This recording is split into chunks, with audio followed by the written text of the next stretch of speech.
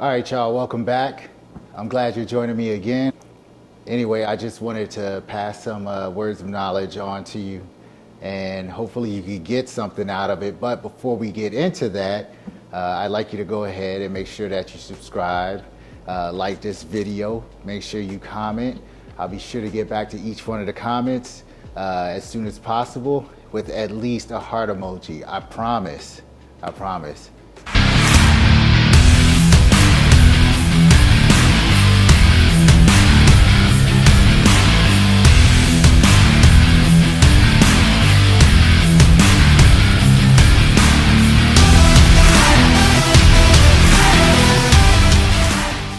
So I remember a few years ago, I was watching a special and it had the great rapper KRS-One in it.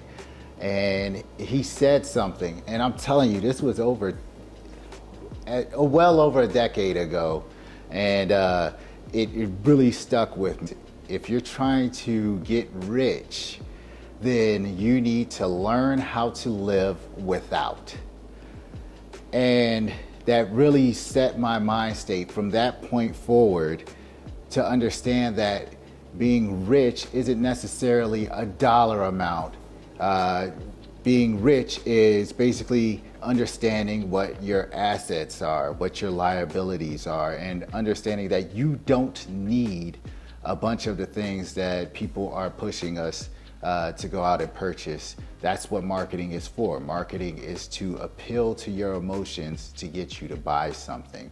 And they're really good at keying in onto your ego and understanding how the simple person or the common person really wants to fit in to society. And they're saying, okay, well, you want to fit in. This is what you must own. This is what you must have. What I want you to take from that and realize is that it doesn't matter about the amount of money that you make up to a certain point, right? You need a livable wage, yes, but there comes a time when you need to change your mindset and realize that more isn't necessarily going to bring you happiness.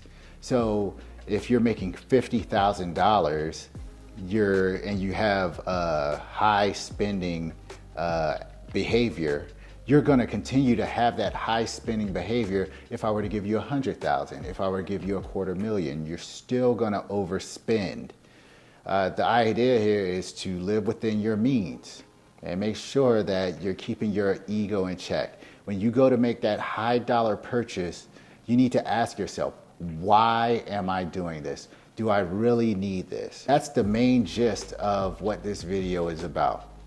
Learning to live without is what creates wealth. Back to talking about delayed gratification, what you want to think about even more so is what it is that you truly want. And then you have to plan that out. Like, how are you going to get from point A to point B? And anything not bringing you from point A to point B is typically a distraction. So you want to minimize those distractions as much as possible. A lot of times those distractions come as people. We have a sense of adventure most of the time. We want to be excited. A lot of times though, we choose people to enter our lives who bring that sense of excitement, but they're not good for us. So this is a word from somebody who's been there, done that. If you have somebody in your life, and although they may be exciting, they become a part of your life and you wise up to that stuff, leave. Don't ask questions. You don't owe anybody an explanation. You need to leave that immediately. There's side effects that come to that excitement. They're just slowing you down and they're impeding you from really achieving your greatness. And you just got to get rid of those people. I mean, sometimes it's not just delayed gratification. Sometimes there's things you just don't need. So my next point, all right, a boring life is a great life. When we think of boring, there's usually a negative connotation to that. But people who are great, think about Michael Jackson and how he would put on a show and it would be perfect timing. Everybody would be on time. Beyonce, same thing. But the only way they got that way is through routine, over and over again, doing the same steps. So for example, when they wake up, okay, they're waking up at a particular time, they're doing a particular activity to be their best. They want to put on a good show because they're professionals and they want to put out the best product possible. So you as an individual and a professional in your lane, or a person who has a goal, you have to develop a routine. I would challenge you to do this. We'll even make it a bit more modern. Look at Steph Curry's everyday routine. So when we watch Steph Curry on TV, or you see his highlights, you can see him on YouTube, but when you see his highlights, this guy is just pretty much, he could do it blindfolded because he's done it so many times that it's easy. It's like second nature to him. It's like an instinct at this point in time. Steph Curry goes home to his family. He's not out, well, that I know of, but he's not out partying with, the women at the bar or at the club, popping bottles. He goes home to his family, his kids, his wife, and he's living what some would classify as a boring life. But I would argue that that's part of his success. And so you see a lot of people who are successful doing what we call fumbling the bag. And that's because they invite drama into their lives, because they crave that excitement.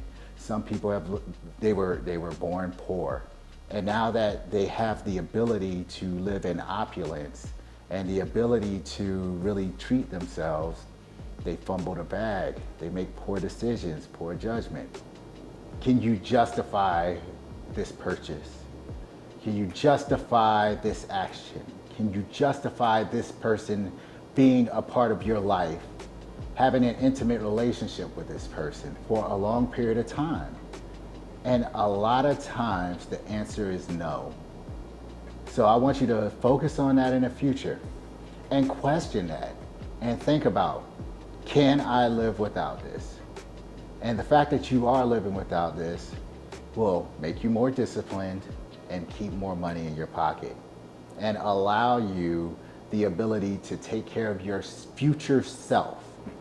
Thank you very much for clicking on the video. Make sure that you go ahead and click the subscribe button before you get out of here and the bell notification icon. And go ahead and leave a like and a comment for me. I'd appreciate it. I'll make sure I get back to each and every one of you. Take care. Peace. Oh, one more thing. I just want to make sure that it's clear that if everything's not necessarily a distraction, if it adds value to your life, you need to be constantly evaluating things and people that you bring within your circle. Does that make sense? I hope it does. Take care.